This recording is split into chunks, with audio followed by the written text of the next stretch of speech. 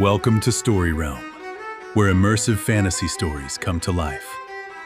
Today's story is SSS Awakening. I can class change at will. In a world where everyone is bound to a single class, he is the only one who can change his class at will. With limitless potential and unstoppable power, he's about to break the rules of the entire system. Let's begin.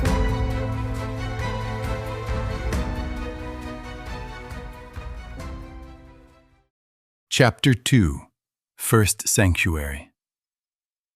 Back in his small apartment, Moon glanced at the time with a firm but powerless gaze.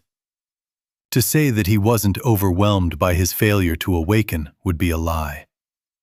How could he not be? His dreams, his ambitions of becoming an awakener had been nullified in the span of seconds. And what made everything worse was that the summoning was about to begin. There were two ways a person could enter the first sanctuary for the first time. The first was at midnight immediately following their awakening. The second was on the night after their 18th birthday, regardless of awakening status. In mere hours, Moon would be thrust into the dangerous world of the first sanctuary. The first sanctuary was no ordinary place. Even awakeners struggled to survive there, especially in the beginning. The danger wasn't inherently fatal because new arrivals typically spawned inside bases controlled and maintained by other humans. Safety existed within those walls. It was only when you ventured outside, when you stayed too long hunting monsters beyond the perimeter, that the real threats emerged. For someone like Moon, someone who hadn't awakened, the summoning served a different purpose. He'd be transported to the first sanctuary. The world would scan him, recognize his lack of potential, and send him back through one of the established portals. It was akin to a formal and final confirmation of his status as a null. Humans who didn't awaken simply returned after their brief transportation. Many portals existed between both worlds, stable gateways that those who'd already visited could use freely.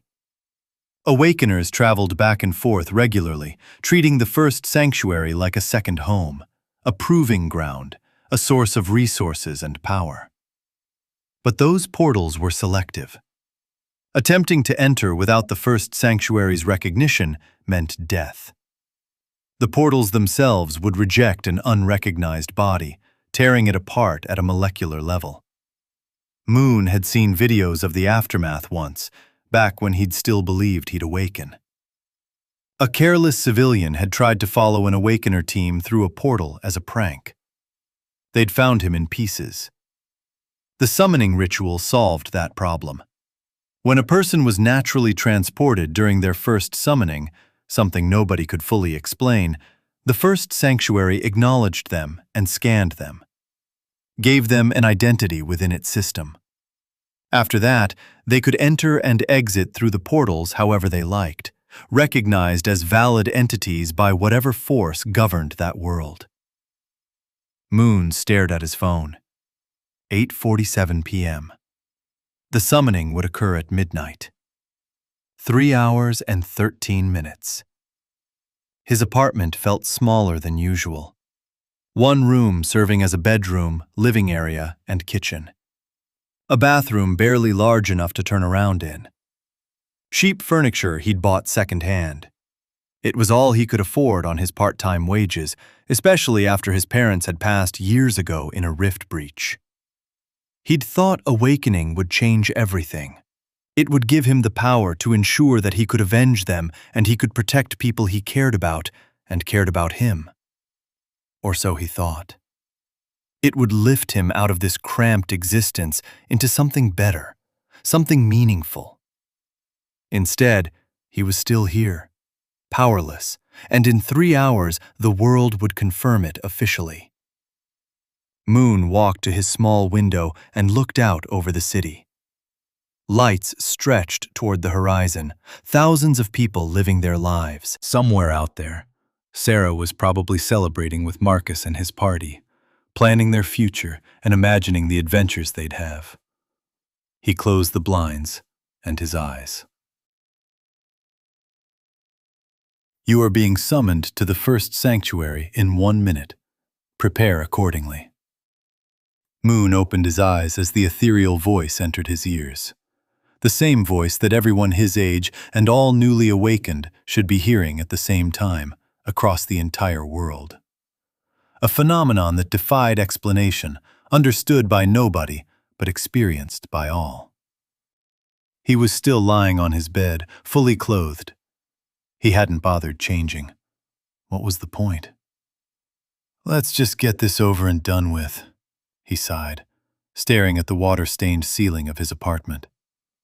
4, 3, 2, 1. You are entering the first sanctuary. The world dissolved. It wasn't painful, but it wasn't comfortable either. Moon felt his body come apart and reform in the same instant, like being pulled through a space too small for him to fit and somehow making it through anyway. Colors blended together, then separated. Sound became texture, texture became light, and then everything snapped back into something coherent. Moon stood in a stone courtyard. He blinked, his vision adjusting. To his surprise, other people materialized around him in flashes of light, appearing in ones and twos. Some gasped in wonder. Others immediately looked around in fear. They were easy to identify. They were people who hadn't awakened their talents. The sky above was different from that on Earth. 2 moons hung in the darkness, one pale blue and one deep crimson, neither matching the moon from his world. Stars formed constellations he didn't recognize. This was the first sanctuary. More and more people started materializing around him until Moon felt like nearly 1,000 people were next to him, summoned to the same courtyard. He didn't recognize anyone from his high school, nor did he want to. Then a spirit appeared in the air. She had a beautiful, curvaceous body and a smile that would topple planets rather than mere kingdoms. Without speaking, she clicked her hand after taking a quick glance at the crowd, her eyes scanning every single person like a hawk. Once her click registered in the ears of everyone present, tens of people started disappearing gradually, and Moon knew exactly what that was. The nulls are being transported back to Earth. I guess it's time, Moon thought with a bitter feeling as he closed his eyes, no longer looking at the 2 moons that he would never see again in his lifetime. Within moments, 20% of the people present were sent back to Earth. Welcome to the first sanctuary. The voice returned, clearer now, resonating not through his ears but directly in his mind. All around the courtyard, the other students stopped moving, stopped talking, their attention drawn inward to the same ethereal presence. You are the chosen ones, those deemed worthy by the world itself to walk between realities. Here, in the first sanctuary, you will find both rewards beyond imagination and dangers that will test the very limits of your potential.